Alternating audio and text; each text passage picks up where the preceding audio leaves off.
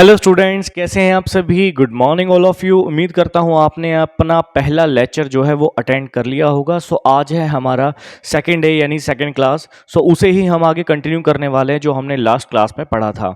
ठीक है, last class में हमने प्रोकैरियोटिक सेल तक बात की थी, तो आज हम उसे ही आगे कंटिन्यू करने वाले हैं। कुछ उसके स्ट्रक्चर्स देखेंगे, उसके सिंगल सिंगल फीचर के बारे में पढ़ेंगे और फिर हम थोड़ा सा आगे बढ़ते हैं इसके बारे में। राइट, सो हम लेक्चर शुरू करते हैं। देखिए यहाँ पर आपको वो दिखाई दे रहा है एक टिपिकल प्रोकैरियोटिक सेल। ठीक है, इसमें आपको क्या दिखाई दे रहा है, यहाँ पर तीन तरह की जो है लेयर्स प्रेजेंट है। थ्री टाइप ऑफ एनवलप्स हमने पढ़ा था। राइट, सो ये क्या है, बाहर सेल कैप्सूल, फिर है सेल वॉल और सबसे अंदर है प्लाज्मा मेम्ब्रेन। इसी मेम्ब्रेन से क्या निकल रही है, यहाँ पे फ्लैजेला निकल रही है। राइट, सरफेशियल स्ट्रक्चर की बात करें तो यहाँ से क्या अराइज कर रहे हैं, पिलाइज अराइज कर रहे हैं। ठीक है जी, फिम्ब्रिया इसमें दिखाई नहीं है। बीच में न्यूक्लियोइड प्रेजेंट है, ये साइटोसोल है यानी कि साइटोप्लाज्म। ठीक है, बीच में इसमें राइबोसोमल पार्टिकल्स देखने को मिल जाते हैं, ये राइबोसोमल पार्टिकल्स हैं। ठीक है जी, और इसमें जो प्लाज्मिड प्रेजेंट है वो इसी का जैसा ही है, न्यूक्लियोइड के जैसे ही, लेकिन इसीलिए इसको एक्स्ट्रा जीनोमिक डीएनए भी हम बोल रहे थे, है ना। और एक बैक्टीरियल सेल में एक से ज़्यादा प्लाज्मिड भी प्रेजेंट हो सकते हैं। ठीक है, तो ये एग्जैक्ट स्ट्रक्चर नहीं है लेकिन लगभग सिमिलर स्ट्रक्चर, एक टिपिकल सेल की स्ट्रक्चर है। सो आप इसे देख सकते हैं। चलिए अब हम आगे बढ़ते हैं हमारे लेक्चर की तरफ। सो लास्ट क्लास में हमने बात की थी बैक्टीरियल सेल की, उसे ही हम यहाँ पर कंटिन्यू कर रहे हैं। ठीक है, तो देखिए, तो बैक्टीरिया में हम लोग कहाँ से, हम लोग बाहर से अंदर की तरफ स्टडी करते हुए चलेंगे। जो सबसे बाहर पहले स्ट्रक्चर्स जो आ रहे हैं यानी कि एनवलप्स आ रही हैं, तो हम उसे ही कंटिन्यू करेंगे। ठीक है, सबसे पहले देखिए बैक्टीरिया के अंदर कितनी एनवलप्स प्रेजेंट होती हैं। तो सेल एनवलप कितनी होती है बैक्टीरिया में, 3 एनवलप्स होती हैं। सबसे बाहर होता है सेल कैप्सूल, फिर होती है सेल वॉल और अंदर होती है प्लाज्मा मेम्ब्रेन, है ना। ये किस किस मटेरियल की बनी हुई है वो हमने लास्ट वीडियो में भी डिस्कस कर लिया था। तो सेल कैप्सूल किसका बना है जी, ग्लाइकोकैलिक्स का। 2 तरह का हो सकता था। राइट, और नीचे है सेल वॉल, फिर है प्लाज्मा मेम्ब्रेन। अब देखो यहाँ पर मैंने ये थोड़ा सा मेंशन किया हुआ है, आप देख सकते हैं यहाँ पे। सबसे बाहर वाली है ग्लाइकोकैलिक्स, फिर नीचे है जी सेल वॉल और उसके नीचे ब्लैक में बनाई हुई है प्लाज्मा मेम्ब्रेन। जो ग्लाइकोकैलिक्स है, ग्लाइकोकैलिक्स कैसी होती है, पॉलीसैकेराइडल नेचर की होती है यानी शुगरी नेचर की होती है। प्लस में इसमें क्या प्रेजेंट हो सकता है, साथ में प्रोटीन्स भी प्रेजेंट हो सकती हैं। कभी कभी ग्लाइकोकैलिक्स में प्रोटीन की भी अमाउंट मिल जाती है, तो वो प्रोटीन सिक्रीट कौन करेगा। अगर प्रोटीन बाहर प्रेजेंट है ग्लाइकोकैलिक्स में तो उसे सिक्रीशन कौन कर रहा है, मिजोसोम कर रहे हैं या फिर मेम्ब्रेनल एसोसिएटेड राइबोसोम्स कर रहे हैं। चॉइस आपकी है, आप देखिए लेक्चर और इसे लगाइए क्वेश्चंस को। राइट, चलिए, ग्लाइकोकैलिक्स भी 2 तरह की हो सकती थी। या तो ये हो जाती सॉफ्ट स्लाइमी, है ना, लूज शीट की फॉर्म में, तो फिर हम इसे क्या कह देते हैं, स्लाइम लेयर। लेकिन और ये दूसरी कैसी हो सकती थी, हार्ड एंड ड्राई और थिक, तब हम इसे बोल देते हैं सेल कैप्सूल। राइट, आगे बढ़ते हैं।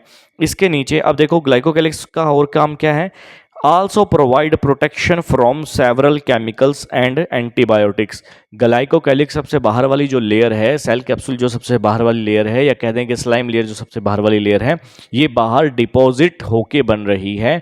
और इसका मेन काम होता है बैक्टीरियल सेल को क्या प्रोवाइड करना, इम्यूनिटी प्रोवाइड करना, एक हिसाब से प्रोटेक्शन देना। किससे, कुछ स्पेसिफिक एंटीबायोटिक से और कुछ स्पेसिफिक केमिकल से। ठीक है जी, तो यहां पर लिखा हुआ है एंटीबायोटिक जैसे कि पेनिसिलिन से। ठीक है, पेनिसिलिन पहली एंटीबायोटिक है जिसे वर्ल्ड वार 2 में अमेरिकन सोल्जर्स ने, वॉन्डेड अमेरिकन सोल्जर्स पे इस्तेमाल किया गया था। और पेनिसिलिन बनाया किसने था, ये बनाई थी हमारे पास में अलेक्जेंडर फ्लेमिंग ने। ठीक है जी, इसलिए उनको नोबेल प्राइज भी मिला था। किससे बनाई थी पेनिसिलिन उन्होंने पहली बार, पेनिसिलियम नोटाटम नाम की ये फंगस से। राइट, तो बाय मिस्टेक क्रिएशन था बट लेकिन हो गया, हमारा फायदा हो गया। ठीक है जी, तो आगे बढ़ते हैं हम लोग, सेकंड बात करते हैं। This is cell wall. ठीक है, रेड कलर में जो आपको यहाँ पर दिखाई दे रही है। अब ये जो सेल वॉल प्रेजेंट है, सेल वॉल का नेचर क्या होता है, किससे बनी होती है, शुगरी नेचर है, पेप्टिडोग्लाइकन की बनी होती है। पेप्टिडोग्लाइकन मतलब कि ये भी थोड़ा शुगरी नेचर होता है, पॉलीसैकेराइडल ही नेचर में होता है। ठीक है, कभी कभी तुम्हें क्या देखने को मिल सकता है, पेप्टिडोग्लाइकन प्लस म्यूरेमिक एसिड या पेप्टिडोग्लाइकन प्लस म्यूरिन प्रोटीन। तुम्हें चूज करना पड़ेगा ऑप्शन कैसे दिए हुए हैं और ऑप्शन के अकॉर्डिंग क्या आंसर लग सकता है बेटर। तो कभी कभी ऑप्शन में ओनली क्या आ जाता है जी, ओनली पेप्टिडोग्लाइकन लिखा जाता है, लेकिन और उसमें कभी कभी क्या देखने को मिल जाता है, साथ में प्रोटीन भी लिखा हुआ होता है, म्यूरिन प्रोटीन या मुरेमिक एसिड। ठीक है, चलिए आगे बढ़ते हैं। अब देखो सेल वॉल का मेन काम क्या होता है, सेल वॉल का मेन फंक्शन होता है बैक्टीरियल सेल को शेप एंड साइज प्रोवाइड करना, बट इसका एक और काम है क्या, बैक्टीरियल सेल को प्रोटेक्शन भी प्रोवाइड करता है, इसे कोलैप्सिंग से बर्स्टिंग से बचाता है ना, टूटने फटने से बचाता है। और ये क्या करता है cell wall, cell wall bacteria को इम्यूनिटी भी प्रोवाइड करता है। इम्यूनिटी कैसे प्रोवाइड करेगा, बिल्कुल सही बात है कि बाहर से किसी और तरह के छोटे बैक्टीरिया को खाने वाले दूसरे जीव या फिर कोई केमिकल स्पेसिफिक इन चीज़ों का बैक्टीरिया पे असर ना हो, है ना, तो सेल वॉल इससे भी वो प्रोटेक्ट करता है, ये भी इसके फंक्शन में आता है। लेकिन इम्यूनिटी में मैंने लिखा है जी आल्सो प्रोवाइड, यानी कि मेन फंक्शन नहीं होता इम्यूनिटी प्रोवाइड करना, ध्यान से पढ़ना है, आल्सो प्रोवाइड इम्यूनिटी। ठीक है, सो क्वेश्चन बन के अगर आ जाए which of the following also provide immunity, तो ग्लाइकोकैलिक्स का तो मेन काम है ही, प्लाज्मिड भी उसमें आ जाता है, प्लाज्मिड का भी मेन फंक्शन तो है ही, लेकिन यहां पर आल्सो में आ जाएगा हमारे पास में सेल वॉल। ठीक है जी, चलिए आगे बढ़ते हैं। अब इसके नीचे क्या मिलती है हमें, एक और लेयर मिल जाती है जिसको हम बोलते हैं प्लाज्मा मेम्ब्रेन। क्या बोलते हैं इसे हम, प्लाज्मा मेम्ब्रेन बोलते हैं। और प्लाज्मा मेम्ब्रेन का नेचर कैसा होता है, एग्जैक्ट वैसा ही नेचर जैसा सभी तरह के प्रोकैरियोटिक यूकैरियोटिक सेल में देखने को मिल जाता है। ठीक है, यानी कि सिलेक्टिव परमिएबल नेचर का। ठीक है जी, अब प्लाज्मा मेम्ब्रेन क्या करती है, maintain cell size and shape and help in exchanging material from outside and external environment. बाहर के इन्वायरमेंट, पहले तो सेल की शेप एंड साइज को मेंटेन रखती है, प्लस में बैक्टीरिया को मदद करती है ताकि वो बाहर के इन्वायरमेंट से मटेरियल्स को एक्सचेंज कर सके, एब्जॉर्ब कर सके और यूटिलाइज कर सके। ठीक है, सम मेम्ब्रेनल फोल्डिंग्स भी इस पे प्रेजेंट होती है प्लाज्मा मेम्ब्रेन पे, उन्हीं मेम्ब्रेनल फोल्डिंग्स को हम क्या कह देते हैं, मीजोसोम्स। क्या कह देते हैं उन्हें हम, दे आर कॉल्ड मीजोसोम्स। ठीक है जी, और प्लाज्मा मेम्ब्रेन का नेचर क्या है जी, नेचर वही है लिपोप्रोटीशियस इन नेचर, जैसा यूकैरियोटिक सेल्स में देखने को मिलता है, चाहे वो प्लांट सेल है चाहे वो एनिमल सेल है, राइट। अब देखिए यहाँ पे, अब यहाँ पे एक और छोटी चीज आपको एक्स्ट्रा में याद रखनी पड़ेगी। देखो सेल वॉल और प्लाज्मा मेम्ब्रेन के बीच में यहाँ पर कुछ एंजाइम्स प्रेजेंट होते हैं। ठीक है, कहाँ कहाँ पे, सेल वॉल और किसके बीच में, प्लाज्मा मेम्ब्रेन के बीच में। कभी कभी यहाँ पर एंजाइम देखने को मिल जाते हैं, और ये एंजाइम क्या काम करते हैं, ये एग्जैक्ट वैसा ही काम करेंगे जैसा लाइसोसोम हमारे यूकैरियोटिक सेल्स के अंदर काम करता है। लाइसोसोम का काम क्या होता है, लाइसोसोम का काम होता है, लाइसोसोम का हम बोलते हैं सुसाइडल बैग्स। और जब भी सेल के अंदर किसी भी तरह का कोई अनवांटेड केमिकल या प्रोटीन या बाहर से कोई फॉरेन पार्टिकल एंटर कर जाता है, तो ये लाइसोसोम उसे साइटोप्लाज्म में डिटेक्ट कर लेते हैं और फिर क्या करते हैं, उनके पास जाके खुद बर्स्ट हो जाते हैं। तो इनके अंदर, सेल के अंदर क्या होता है, लाइसोसोम ऐसी ऑर्गेनेल है जो मोस्ट स्ट्रॉन्गेस्ट हाइड्रोलाइटिक एंजाइम या कहें तो डाइजेस्टिव एंजाइम्स को स्टोर करके रखती है। फिर ये क्या करती है, जब बस्ट हो जाती है तो अपने एंजाइम्स को रिलीज करती है और सामने मौजूद केमिकल को, पार्टिकल को अच्छे से कंज्यूम कर देती है, खत्म कर देती है। इतना ही नहीं, लाइसोसोम और क्या करते हैं, लाइसोसोम इवन अगर मान लो सेल के अंदर कोई मशीनरी है और मशीनरी खराब हो गई, गलत तरह का प्रोटीन बनाने लग गई, तो वो तो सेल के लिए चाहिए नहीं, सेल को चाहिए नहीं, वो तो सेल उसको डिटेक्ट ही नहीं कर पा रहा कि यार मेरा ही प्रोटीन है ये, मैंने बनवाया था ये। तो लाइसोसोम उन्हें भी खा जाता है, इवन उस मशीनरी को भी कंज्यूम कर जाएगा जो इसे बना रही होगी। यानी कि अगर हम बात करें तो एंडोप्लाज्मिक रेटिकुलम के जो फ्रेगमेंट्स अलग प्रेजेंट होते हैं साइटोप्लाज्म में, उन्हें भी कंज्यूम कर जाएगा, ये राइबोसोम को भी कंज्यूम कर जाएगा, ये और दूसरी ऑर्गेनल्स को भी कंज्यूम कर सकता है, इतनी पावर होती है। इवन पूरे के पूरे सेल को ही डाइजेस्ट कर जाएगा लाइसोसोम। ठीक है जी, अब लाइसोसोम हमें अंदर से इम्यूनिटी प्रोवाइड कर रहा है, लेकिन प्रोकैरियोटिक सेल में तो लाइसोसोम होता ही नहीं, तो उसे कौन इम्यूनिटी प्रोवाइड करेगा, वहां पर इम्यूनिटी प्रोवाइड करने के लिए साइटोप्लाज्म अपना प्लाज्मा मेम्ब्रेन और सेल वॉल के बीच में कुछ एंजाइम्स प्रेजेंट होते हैं, वही वहां पर इम्यूनिटी प्रोवाइड करते हैं। तो आप ये बात याद रखेंगे। ठीक है जी, सो यहां पर मैंने लिखा हुआ है एंजाइम्स, इम्यूनोलॉजिकल एंजाइम्स यहाँ पर होते हैं। In bacterial cell lysosomes absent but same function done by enzymes present between cell wall and plasma membrane. ठीक है जी, इसे आप ध्यान में कर लेंगे। ठीक है, चलिए आगे बढ़ते हैं अपन। अब हम बात करेंगे पहली ऑर्गेनल यानी कि मीजोजोम के बारे में। मीजोजोम बनती कैसे है जी, इनवेजिनेशन ऑफ प्लाज्मा मेम्ब्रेन, है ना, creates a structure which called mesosome, यानी कि प्लाज्मा मेम्ब्रेन का अंदर की तरफ फोल्डिंग होना, इनवेजिनेशन होना, उसे से ही क्या बनता है, मीजोजोम का क्रिएशन हो जाता है। मीजोजोम माइटोकॉन्ड्रिया के एनालॉगस ऑर्गन है, यानी कि स्ट्रक्चरली एक्चुअली सिमिलर तो नहीं है बट फंक्शनली सिमिलर। इसका मतलब ये भी क्या कर रहा है, वहाँ पे एटीपीज का फॉर्मेशन कर रहा है, रेस्पिरेशन कर रहा है, रेस्पिरेशन कर रहा है तो इसमें क्या मिलेंगे जी, रेस्पिरेटरी एंजाइम्स पाए जाएंगे इसके अंदर, ठीक है। रेस्पिरेशन कर रहा है और एटीपी की फॉर्म में एनर्जी बना रहा है, ठीक है जी। असल में जो एनर्जी बन रही है वो एटीपी की फॉर्म में स्टोर हो जाती है, ठीक है। और कितने एटीपी मॉलिक्यूल्स बनते हैं इसमें मिसोसोम में 38 एटीपी मॉलिक्यूल। कारण क्या 38 एटीपी मॉलिक्यूल का बनने का, क्योंकि वहाँ पर शटल सिस्टम एब्सेंट होता है। मैंने पहले भी इसके बारे में जिक्र किया था, ठीक है। इसके अलावा जो मिसोसोम है ये क्या करती है, मिसोसोम इसके अलावा कुछ मॉडिफिकेशन करके स्पेसिफिक स्ट्रक्चर्स बनाती है, जैसे कि वेसिकल, ट्यूब्यूल एंड लैमेला। कौन कौन से structure, VTL, vesicle, tubule and lamella. आप ध्यान में रखेंगे VTL, ठीक है जी। क्या ध्यान में रखेंगे आप, VTL, यहाँ पे मैंने बनाया भी हुआ है VTL, इसे ध्यान में रखेंगे। सो वेसिकल, ट्यूब्यूल एंड लैमेला ये कुछ एक्सटर्नल, कुछ अलग से स्ट्रक्चर भी बनाती है मॉडिफाई होके, ठीक है। It also help in cell wall formation, DNA replication, distribution of daughter cell, या कह दें तो सेल डिवीजन, इसमें भी ये मदद करती है, ठीक है। तुमसे पूछा जा सकता है मिसोसोम का मेन फंक्शन क्या है। मिसोसोम का मेन फंक्शन होता है एटीपी की फॉर्मेशन करना, रेस्पिरेशन करना, ठीक है।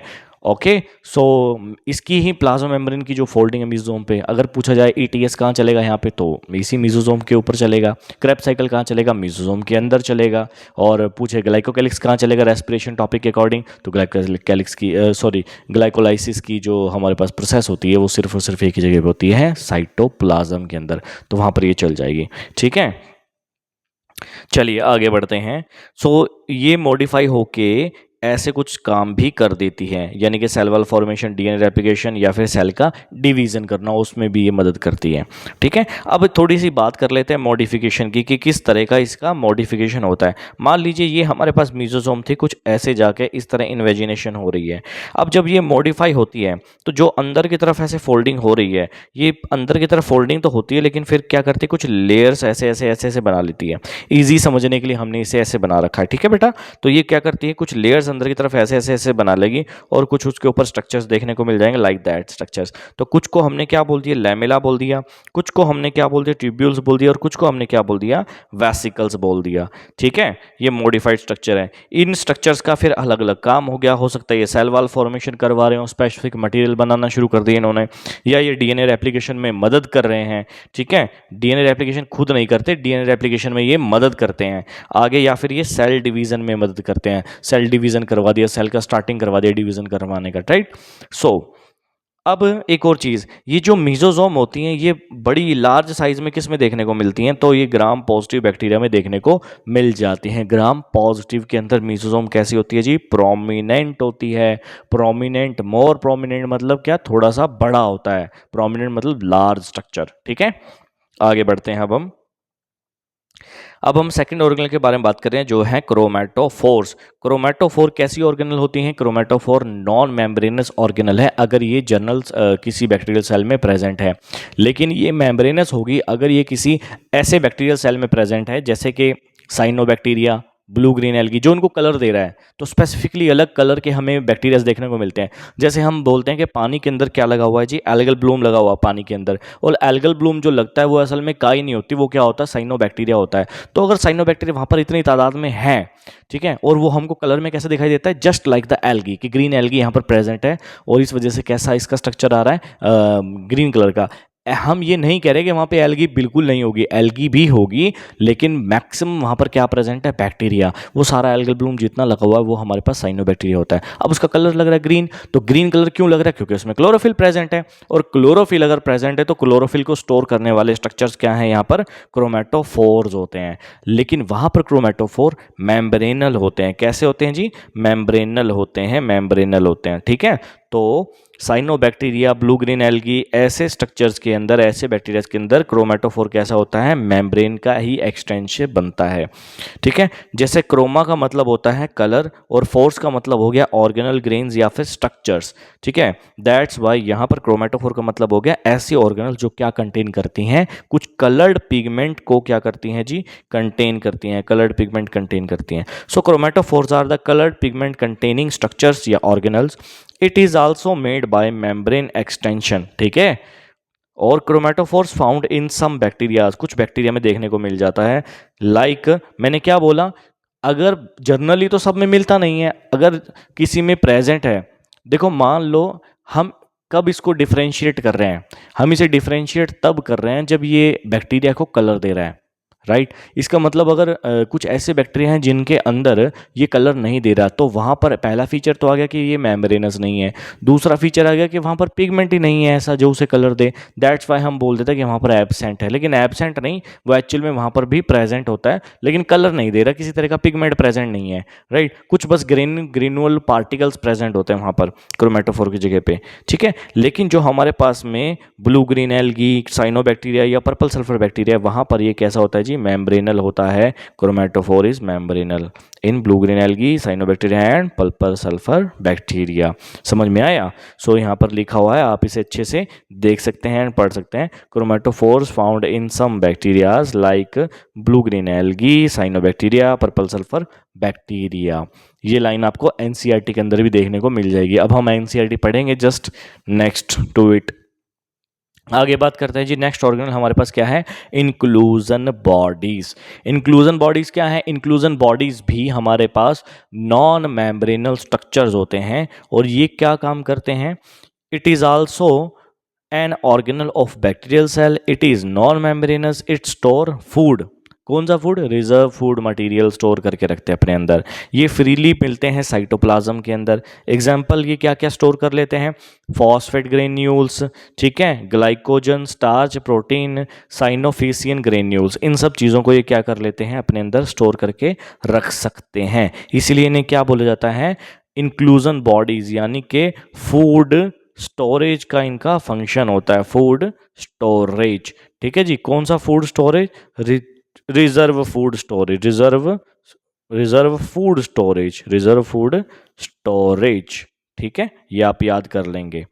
चलिए आगे बढ़ते हैं। इंक्लूजन बॉडी के बाद अब हम आगे बात करते हैं मेन ऑर्गेनल, जो कि ऑर्गेनल नहीं, एक्चुअली में इसका पार्ट है। ठीक है, ये है हमारे पास में न्यूक्लियोइड। ठीक है, इसके बारे में हम बात करते हैं।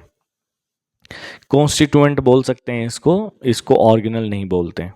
Nucleoid is not the organelle.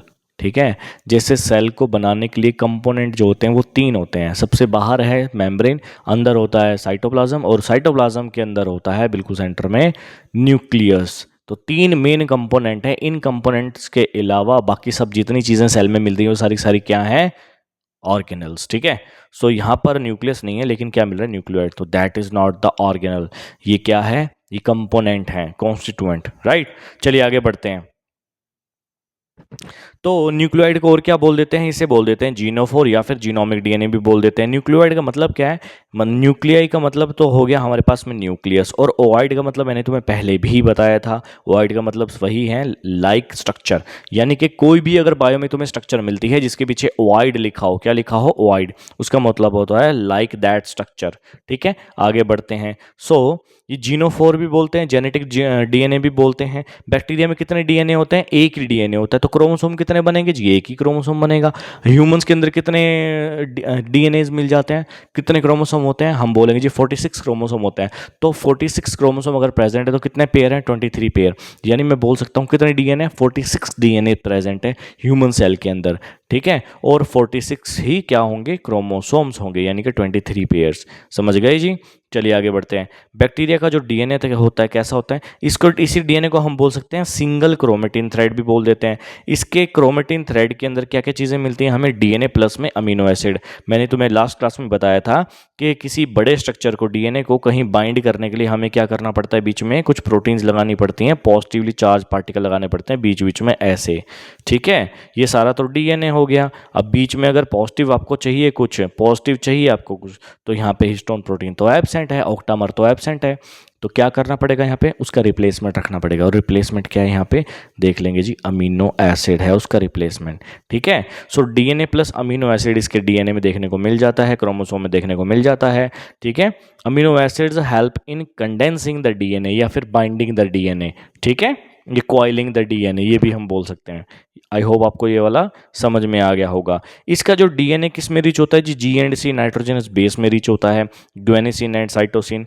ठीक है, ये लार्ज लूप बनाता है और DNA of the histone protein core histone इसमें क्या होती हैं, एब्सेंट होती हैं। ठीक है ना, बड़े बड़े लूप्स बनाता है इसका न्यूक्लियोइड, जो हमने पहले भी जिक्र कर लिया था हमारे लेक्चर के अंदर। और इस क्यों कारण क्या है बड़े बड़े लूप्स बनाने का, क्योंकि इसमें कोर हिस्टोन प्रोटीन एब्सेंट होती है। ठीक है, अब जरा इसे समझते हैं। मान लो ये हमने क्या बनाया था जी, न्यूक्लियोइड बनाया था। बड़े बड़े आपको क्या देखने को मिल गए, छल्ले देखने को मिल गए। ठीक है, क्या देखने को मिल गए, बड़े बड़े छल्ले। तो ये छल्ले नहीं है, असल में ये क्या है बेटा, लूप्स इनको बोल देते हैं अपन, लार्ज लूप्स। अगर हम एक यूकैरियोटिक सेल की बात करें, उसके अंदर मौजूद डीएनए की बात करें, जो लगभग 2.2 मीटर्स लेंथ होती है जिसकी, और वो 2.2 मीटर्स लेंथ को एक छोटे से सेल के अंदर जो नेकेड आई से दिखाई भी नहीं दे रहा उसके अंदर हमें फिट करना है, तो क्या करना पड़ेगा, लपेटना पड़ेगा उसे हमें। ठीक है ना, तो यहाँ पर क्या हो रहा है, देखो ध्यान से देखेंगे इसे अपन। तो ये मान लो टिपिकल यूकैरियोटिक सेल का डीएनए है, अब इसे हम लोग लपेट रहे हैं, कंडेंस कर रहे हैं, क्वाइल्ड कर रहे हैं। तो क्वाइल्ड करने के लिए खुद तो डीएनए नेगेटिवली चार्ज है, तो नेगेटिव चार्ज को अगर कंडेंस करेंगे तो होगा नहीं कंडेंस, रिपेल करेंगे दूसरे को। इसलिए हमें बीच में क्या डालना पड़ेगा, हिस्टोन प्रोटीन्स डालने पड़ेंगे, जो कि कैसे चार्ज के होंगे, पॉजिटिव चार्ज के होंगे।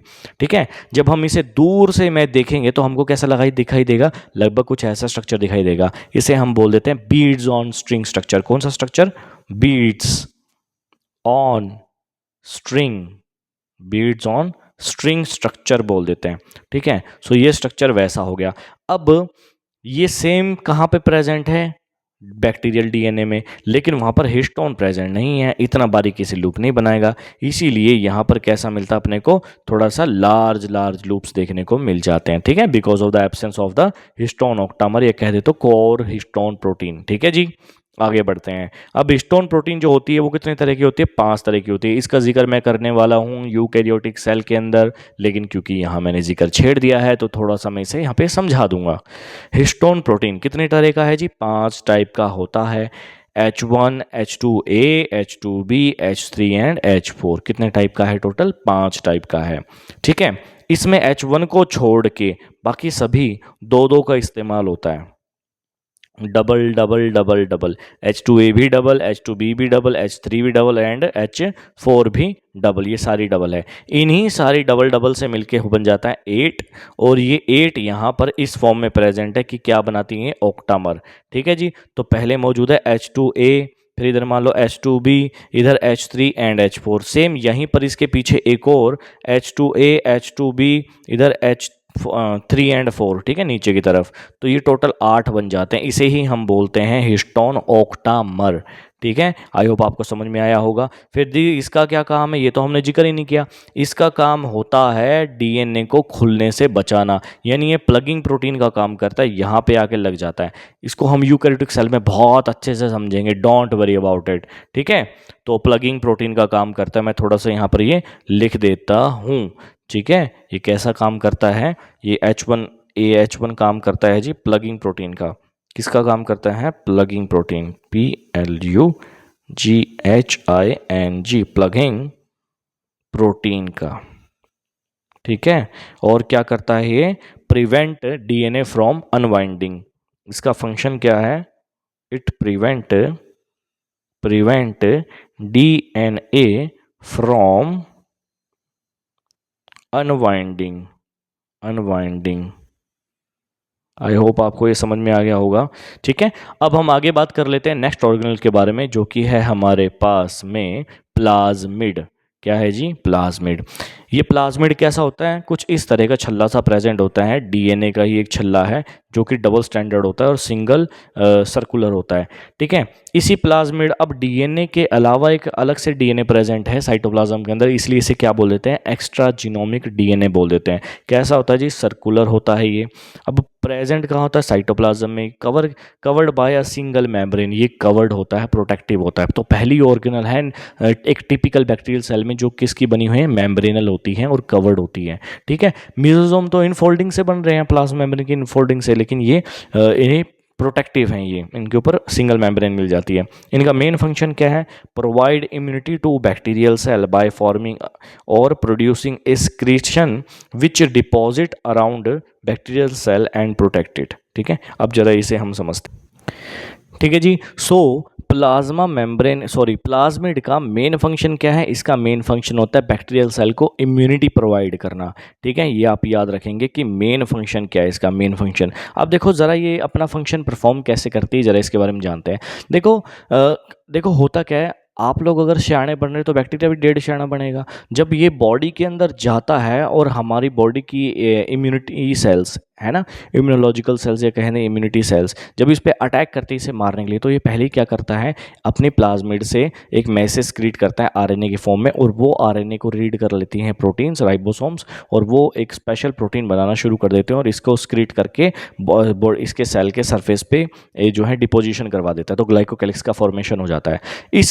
इस तरह से ये इसे इम्यूनिटी प्रोवाइड करते हैं। अब जितनी मर्जी तुम्हारी बॉडी की एंटी बॉडीज़ आके इसे अटैक करना चाहें, लेकिन ये मरता ही नहीं है। आयरन मैन का सूट पहन के आ गया, जितनी मर्जी गोलियां चला लो कोई असर नहीं होता। तो हमें क्या करना पड़ता है, हम इसके वीक पॉइंट को ढूंढेंगे कि वीक पॉइंट इसका है क्या। जो भी वीक पॉइंट रहेगा उसे जाके अटैक करेंगे, और जैसे ही वो वहाँ से थोड़ा लूज हो जाएगा, है ना, तो हम उसको फिर किल कर देंगे, लाइक दैट। सो हम क्या करते हैं, जो मेडिसिन हम खा रहे हैं, एंटीबायोटिक्स जो हम खा रहे हैं, एंटीबायोटिक्स का एंटी का मतलब अगेंस्ट, बायोटिक का मतलब लाइफ, अगेंस्ट लाइफ, हमारी लाइफ नहीं, पैथोजेनिक लाइफ के अगेंस्ट। सो एंटीबायोटिक करती क्या है, एंटीबायोटिक मेडिसिन जब हम कंज्यूम करते हैं, ये मेडिसिन वो बायोलॉजिकल पाथवे को स्टॉप कर देती है, जिस बायोलॉजिकल पाथवे से प्लाज्मिड स्क्रीशन बना रहा था और इसको इम्यूनिटी प्रोवाइड कर रहा था बैक्टीरियल सेल को। ठीक है जी। सो एंटीबायोटिक क्या करती हैं, इस प्रोसेस को ही, बायोलॉजिकल प्रोसेस को स्टॉप करवा देती हैं। जब ये स्टॉप हो जाता है तो बाहर जो इसकी ग्लाइकोकैलिक्स या बोले इसके प्रोटेक्टिव मेमोरी की जो कवरिंग प्रेजेंट है, वो धीरे धीरे डिसॉल्व होना चालू हो जाती है। अब बॉडी के जो सेल्स हैं वो उस पर अटैक कर ही रहे हैं, इम्यूनोलॉजिकल सेल्स। जैसे ही वो धीरे धीरे डिसॉल्व होना चालू हो जाती है तो बॉडी के सेल्स जो हैं और ज़्यादा इस पर अटैक करना चालू करते हैं और इसे पूरा पूरा ख़त्म कर देते हैं। ठीक है। सो एंटीबायोटिक इस तरह से वर्क करती हैं। हम ये नहीं कहेंगे कि एंटीबायोटिक्स कंप्लीटली सारे ऑर्गेनिजम्स को, पैथोजेंस को मार देती है, ऐसा नहीं है। बल्कि ये क्या कर रही है, ये वहाँ पर उसे हेल्प कर रही है, बॉडी के सेल्स को हेल्प कर रही है। मार तो तुम्हारी बॉडी के सेल्स ही रहे हैं उस पैथोजन को, उस ऑर्गेनिज्म को, लेकिन ये सहायक है उसके अंदर। ठीक है। सो नेक्स्ट ऑर्गेनल के बारे में हम बात करते हैं, वो है हमारे पास में राइबोसोम। राइबोसोम कौन से टाइप का है जी? 70s टाइप का होता है, यानी कि प्रोकैरियोटिक नेचर का। तो 70s राइबोसोम के कितने पार्ट्स होते हैं? दो पार्ट्स हैं। कौन कौन से? 50s and 30s। और 50s के दो part 23s and 5s, 30s के दो पार्ट 16s। ठीक है, सिंगल पार्ट होता है 30s का। ओके। अब देखो ऐसा नहीं कहना कि 50s एंड 30s तो जी 80 होता है, सर को मैथ नहीं आता, सर ने यहाँ पे प्लस गलत लिख दिया है ना, जोड़ के तो 70 लिख रखा है, बस ऐसा होता नहीं है ना, ये तो 80 होता है, ऐसा नहीं कहना। असल में क्या है देखो, राइबोसोम जो है ना, हमें पता है प्रोकैरियोटिक सेल में 70s टाइप का होता है और यूकैरियोटिक सेल में 80s टाइप का होता है। असल में जो हमारे पास में एक साइंटिस्ट है स्वेडबर्ग, स्वेडबर्ग साइंटिस्ट को ये पता लग गया था कि प्रोकैरियोटिक सेल में भी राइबोसोम मिलता है और यूकैरियोटिक सेल में भी राइबोसोम मिलता है, जो कि दोनों ही नॉन मेम्ब्रेनस होते हैं। तो पहली बार इन्होंने डिफरेंस देखने के लिए क्या करा, दोनों ही सेल के राइबोसोम्स को क्या कर दिया, एक जेल में डाल दिया और उसका सेंट्रीफ्यूगेशन करवा दिया। तो जब सेंट्रीफ्यूगेशन करवाया तो इन्होंने क्या देखा, पहले पहले सिंगल सेल को डाला, प्रोकैरियोटिक सेल को, और उस जो उनके पास में सेंट्रीफ्यूगेशन जो ट्यूब थी उसके ऊपर मार्किंग की हुई थी, तो उन्होंने देखा कि वो लगभग कुछ ऊपर हैवी पार्टिकल में और लाइट पार्टिकल में ब्रेकडाउन हो गया 70s वाले, यानी कि एक सिंगल राइबोसोम जो है दो सब यूनिट से मिलकर बना हुआ होता है। ठीक है। और ये जो सब यूनिट है ये किसके बेसिस पे है, 70 और 30 क्यों कहा जा रहा है, ये डेंसिटी के बेसिस पे इनको बोल सकते हैं हम लोग, साइज के बेस पे या डेंसिटी के बेस पे। ठीक है। इसी तरह से जब दूसरे वाले को किया तो उसका मार्जिन कुछ और ऊपर नीचे आया, तो उन्हें आइडिया लग गया कि किसमें लगभग बड़ा और छोटा पार्टिकल प्रेजेंट होता है। ठीक है। चलो, इसके बारे में ज्यादा हमसे पूछा नहीं जाता तो हम ज्यादा इस पे डिस्कस करेंगे नहीं। तो पहली बार स्वेडबर्ग ने क्या किया जी, सेंट्रीफ्यूगेशन टेक्निक का इस्तेमाल किया सेपरेट करने के लिए राइबोसोम्स के यूनिट्स को। ठीक है। तो राइबोसोम यूनिट्स को जब सेपरेट इन्होंने किया तो इनके पार्ट निकल के आ गए। अब जरा हम पहले इसे समझ लेते हैं कि किस तरह से ये होता है। ठीक है। तो यहाँ पर देखिए, मैं यहाँ पर एक पेज ऐड करता हूँ, फिर आपको थोड़ा बहुत ये समझाने की कोशिश करता हूँ। ठीक है। चलिए, अब देखो यहाँ पर मान लो हमारे पास क्या प्रेजेंट है, मान लो ये हमारे पास कोई सिंगल राइबोसोमल पार्ट प्रेजेंट है। ठीक है। ये सिंगल राइबोसोम का क्या प्रेजेंट है जी, एक सब यूनिट प्रेजेंट है हमारे पास में। तो मान लेते हैं ये 70s टाइप का है। ठीक है। तो एक लार्ज सब यूनिट होता है और एक होता है स्मॉल सब यूनिट। ठीक है। अब जो लार्ज सब यूनिट पार्ट है, ये अगर मैं इस सारे को 100% मान लूं, क्या मान लूं, 100%। ठीक है। तो लार्ज सब यूनिट इस 100% का लगभग, और इस 100% को मैं बना कैसे लेता हूँ, मान लेते हैं मैं इसे ड्रॉ कर लेता हूँ कुछ इस तरह से, ये मेरे पास 100% पार्ट आ गया। ठीक है। तो जो पहला पार्ट प्रेजेंट है लार्ज, वो इस 100% के लगभग कितने पार्ट के बराबर है, लगभग ये बराबर होगा 70, सॉरी इसके दो पार्ट हैं 50 एंड लार्ज वाला होता है 50 और स्मॉल वाला होता है 30। तो वो लगभग 50% के बराबर मान लेंगे इसको, लगभग मान लीजिए 50% यहाँ पे आएगा। तो ये लगभग इतना इसका पार्ट प्रेजेंट होगा। ठीक है। तो यहाँ पर हम इसे ड्रॉ कर देते हैं। अब मान लो ये हमने क्या बना दिया, लार्ज सब यूनिट बना दिया, ये आ गया जी हमारे पास लगभग लार्ज सब यूनिट। ठीक है। थोड़ा सा राउंड आप कर लेना जब इसे ड्रॉ करेंगे। ठीक है जी। इसके बाद हम बात करते हैं, ये लगभग 50% हिस्सा आ गया। जो दूसरा सब यूनिट प्रेजेंट है 30, ये इसी 100 का कितना परसेंट हिस्सा है, लगभग अगर इसको सारे को 100 में मार रहा हूं तो 50 यहाँ पे आ रहा है और 30 लगभग यहाँ पे वो आ जाएगा, लगभग यहाँ पे। तो 30% वो लगभग यहाँ पे प्रेजेंट है। तो ये देखो कितना सा हिस्सा बन गया। अगर अगर मैं इसे 30% बोलूँ तो लगभग ये कुछ यहाँ पे आ रहा है। ठीक है। यानी कि इतना पार्ट जो इसका प्रेजेंट है ये 30% हिस्से में। तो 30% को अगर मैं ड्रॉ करूँ तो ये यहाँ पे लगभग कुछ ऐसे छोटा सा पार्टिकल एक बनाएगा। ठीक है। तो हमारे पास ये बन गया टोटल मिला के 70 एस बन गया, 70 बन गया। ठीक है जी। तो ये साइज के बेसिस पे भी है और डेंसिटी ग्रेडियंट के बेसिस पे भी है। अब जो एस पीछे लगा है ये क्या है, देखो जब स्वेडबर्ग को इस बारे में पता चला कि इसके तो दो पार्ट्स हैं, तो उन्होंने क्या करना शुरू किया, उन्होंने सोचा यार इसका तो कोई सिंबल ही नहीं है, यहाँ पर पीछे हम लोग इसके यूनिट्स कौन सी लगाएं। तो उन्होंने, क्योंकि खोज उन्होंने ही करी थी ये, तो उन्होंने अपने ही नाम का जो एस है, फर्स्ट अक्षर फर्स्ट अल्फाबेट, इसे ही एज अ सिंबल यहाँ पर इस्तेमाल कर लिया। ठीक है। चलिए आगे बढ़ते हैं हम। अब राइबोसोम हमको पता लग गया ये कैसी है, नॉन मेम्ब्रेनस ऑर्गेनल होती है राइबोसोम। कैसी है जी, नॉन मेम्ब्रेनस, मेम्ब्रेनस चाहे प्रोकैरियोटिक हो चाहे यूकैरियोटिक हो।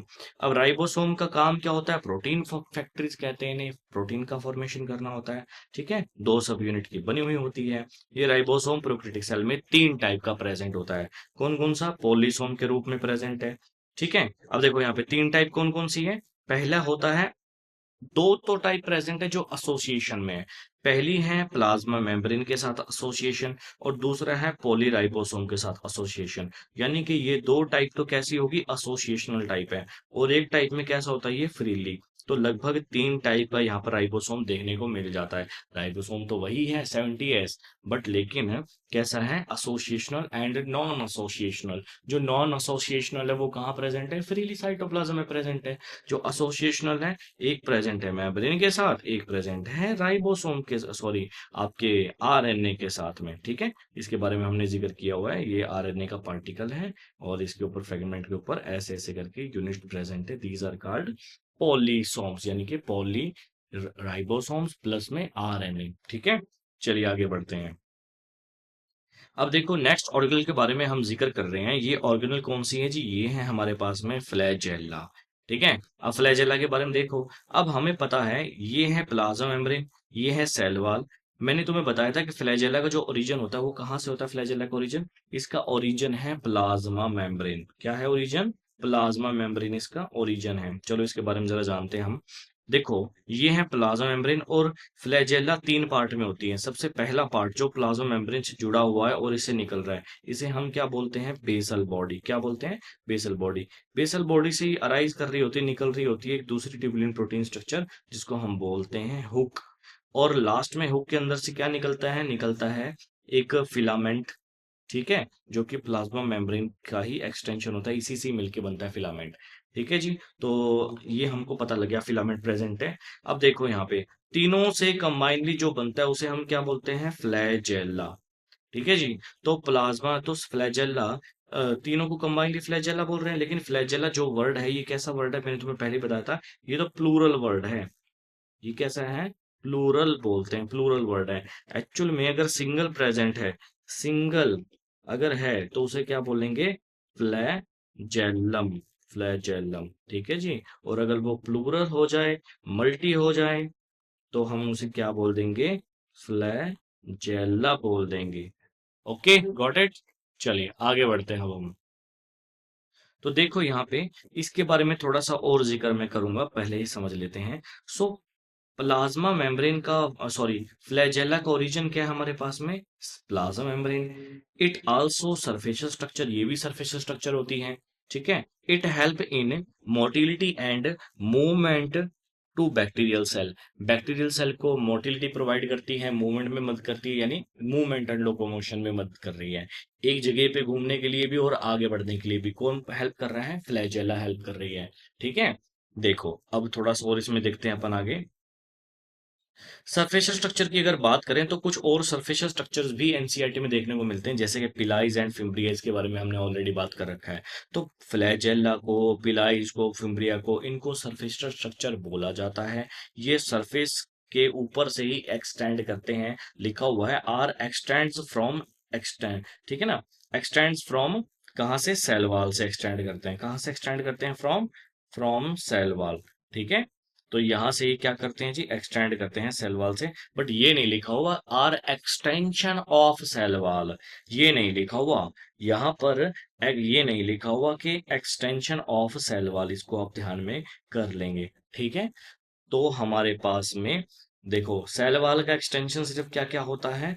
पिलाइस एंड फिम्ब्रिया। जबकि फ्लैजेला का ओरिजिन क्या है? हमने जस्ट अभी बात करी है, प्लाज्मा मेम्ब्रेन इसका ओरिजिन होता है। इसीलिए पिलाइस और फिम्ब्रिया मोटिलिटी में कोई मूवमेंट, कोई मदद, सॉरी कोई मदद नहीं करते। ये सिर्फ और सिर्फ बैक्टीरिया को एक्स्ट्रा फीचर प्रोवाइड करते हैं, जैसे या तो किसी सबस्ट्रेट से अटैच होना हो या फिर सेक्सुअल रिप्रोडक्शन करना हो, ठीक है। आई होप इतना आपको ये समझ में आया होगा। अब देखो जरा मैं तुम्हें एक और चीज बताता हूँ। ये जो बेसल बॉडी पार्ट है, ये बेसल बॉडी पार्ट के अंदर लगभग 2 से लेके 4 रिंग्स प्रेजेंट होती हैं। कितनी रिंग होती हैं जी? लगभग बेसल बॉडी में 2 से लेके 4 रिंग स्ट्रक्चर प्रेजेंट होते हैं। और इन्हीं के बेसिस पे हम क्या बोल देते हैं, या तो वो ग्राम पॉजिटिव होगा या फिर क्या होगा, ग्राम नेगेटिव बैक्टीरिया होगा, ठीक है। 2 तरह का बैक्टीरिया हो सकता है। सो बैक्टीरियाज को मोटा मोटा रूप से हमने 2 ग्रुप में डिवाइड किया है, या तो ग्राम पॉजिटिव या तो ग्राम नेगेटिव। इसके बारे में हम आगे जिक्र करेंगे एनसीईआरटी के साथ, ठीक है, जब मैं आपको वहां पे पढ़ाऊंगा कि ग्राम पॉजिटिव और नेगेटिव में और क्या क्या डिफरेंस होता होता है इसके अंदर, और अचल में ऐसा क्यों कहा जाता है कि gram positive and gram negative bacterias, ठीक है। चलिए, तो यहाँ पर ध्यान दीजिए।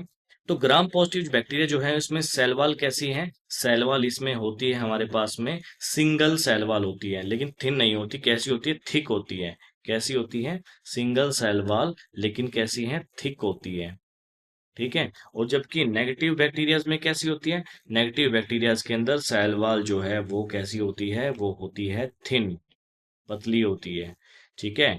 लेकिन अब पॉजिटिव के अंदर तो डबल होती है हमारे पास में, ऐसे सॉरी सिंगल होती है प्लाज्मा मेम्ब्रेन। लेकिन ग्राम नेगेटिव बैक्टीरियाज के अंदर जो प्लाज्मा मेम्ब्रेन जैसी मेम्ब्रेन है वो कैसी होती है? डबल होती है मेम्ब्रेन भी, ठीक है। मैंने यहाँ पर डबल सेल वॉल लिखा है, एक्चुअल में that is the plasma membrane. इसको आप समझ लेना। तो असल में डबल क्या होती है? प्लाज्मा मेम्ब्रेन डबल होती हैं, ठीक है। क्योंकि वो सेल वॉल से अटैच्ड है ना, तो उसको कभी कभी कई जगहों पर ऐसा भी बोल देते हैं कि वो जो है डबल सेल वॉल इसमें प्रेजेंट होती है, ठीक है। चलिए इसके बारे में डिटेल में हम वहां पर जान लेंगे, तो ज्यादा आपको अभी ध्यान देने की जरूरत है नहीं। बस इतना सा जान लो कि फ्लैजेला के बेसिस पे भी ग्राम पॉजिटिव और ग्राम नेगेटिव में बैक्टीरिया डिवीजन कर जाते हैं। और अगर पॉजिटिव और नेगेटिव की आप बात कर रहे हैं बैक्टीरिया की, तो ग्राम पॉजिटिव बैक्टीरिया के अंदर हमें 2 रिंग्स देखने को मिलती हैं इस पार्ट पे, प्लाज्मा मेम्ब्रेन के साथ में। एक रिंग यहाँ पर और एक ही यहाँ पर, 2। लेकिन अगर ग्राम नेगेटिव बैक्टीरिया है तो यहाँ पर हमें 4 रिंग्स देखने को मिलेंगी, 2 आगे की तरफ और 2 पीछे की तरफ। जस्ट ये बात आपको यहाँ पर याद रखनी है कि ग्राम पॉजिटिव में डबल रिंग्स होती हैं, ग्राम नेगेटिव में 4 रिंग्स प्रेजेंट होती है। कौन से पार्ट में? बेसल बॉडी पार्ट में। किसके? फ्लैजेला के बेसल बॉडी पार्ट के अंदर। Got it? चलिए आगे बढ़ते हैं। आगे हम नेक्स्ट स्ट्रक्चर के बारे में बात कर रहे हैं, जो कि है pili. Pili are the extension of cell wall, ठीक है। So pili made up of pilin protein, large long elongated structures होते हैं। कहाँ से निकलते हैं? सेल वॉल से राइज करते हैं, ठीक है। Help in sexual reproduction in bacteria. अब पिलाई जो है वो प्रॉपर सेक्सुअल रिप्रोडक्शन में मदद नहीं करते, बल्कि ये सॉर्ट ऑफ सेक्सुअल रिप्रोडक्शन में बैक्टीरिया को क्या करते हैं, मदद करते हैं। यानी कि प्रॉपर गैमेट तो बन नहीं रहे ना बैक्टीरिया में, तो प्रॉपर सेक्सुअल रिप्रोडक्शन तो हो नहीं रहा बिना गैमेट के, लेकिन सेक्सुअल रिप्रोडक्शन के जैसा एक यहाँ पर जो है प्रोसेस हो रहा है जिसमें डीएनए का एक्सचेंज हो जाता है, उसे हम सॉर्ट ऑफ सेक्सुअल रिप्रोडक्शन बोल देते हैं। हम टॉपिक के साथ, चैप्टर के साथ इसे पढ़ेंगे जब ये आएगा, ठीक है।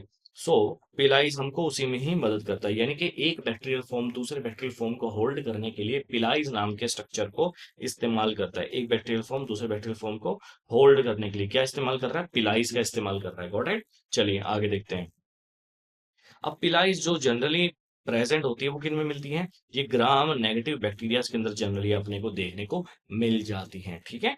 आगे बढ़ते हैं। इसका मतलब ये नहीं है कि पॉजिटिव में होगी नहीं, लेकिन ग्राम पॉजिटिव में पिलाइज कम मिलती हैं, वहां पर फिम्ब्रिया और फ्लैजेला ज्यादा मिलते हैं, ठीक है। जबकि ग्राम नेगेटिव बैक्टीरिया के अंदर आपको पिलाइज भी देखने को मिल जाती हैं। आगे बढ़ते हैं। नेक्स्ट स्ट्रक्चर है जी फिम्ब्रिया। फिम्ब्रिया आपको पता है कैसे है, छोटे छोटे नुमेरस यानी बहुत सारे नंबर में हेयर लाइक स्ट्रक्चर्स होते हैं, small hair like elongated structures, ठीक है। ये पिलाई से भी छोटे होते हैं, generally found in gram positive bacteria, help in attachment with substratum, ठीक है जी। तो वो एक्टोपैरासाइट है, एंडोपैरासाइट है, बैक्टीरिया को ये पैरासाइटिक फीचर जो दे रहा है वो कौन है हमारे पास में, फिम्ब्रिया है, ठीक है जी।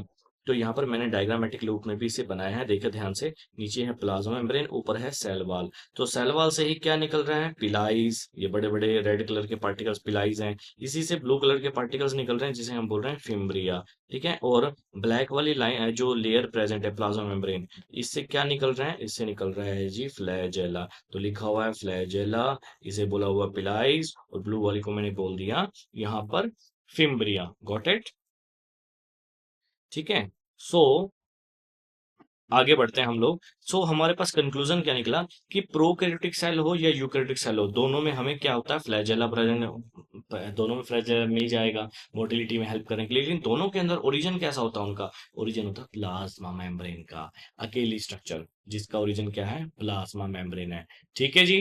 तो आई होप आपको यहाँ तक जो है लेक्चर वो अच्छे से समझ में आ गया होगा। हमारा जो नेक्स्ट लेक्चर रहने वाला है वो प्रॉपर डेडिकेटेड रहेगा एनसीईआरटी के बेस पे।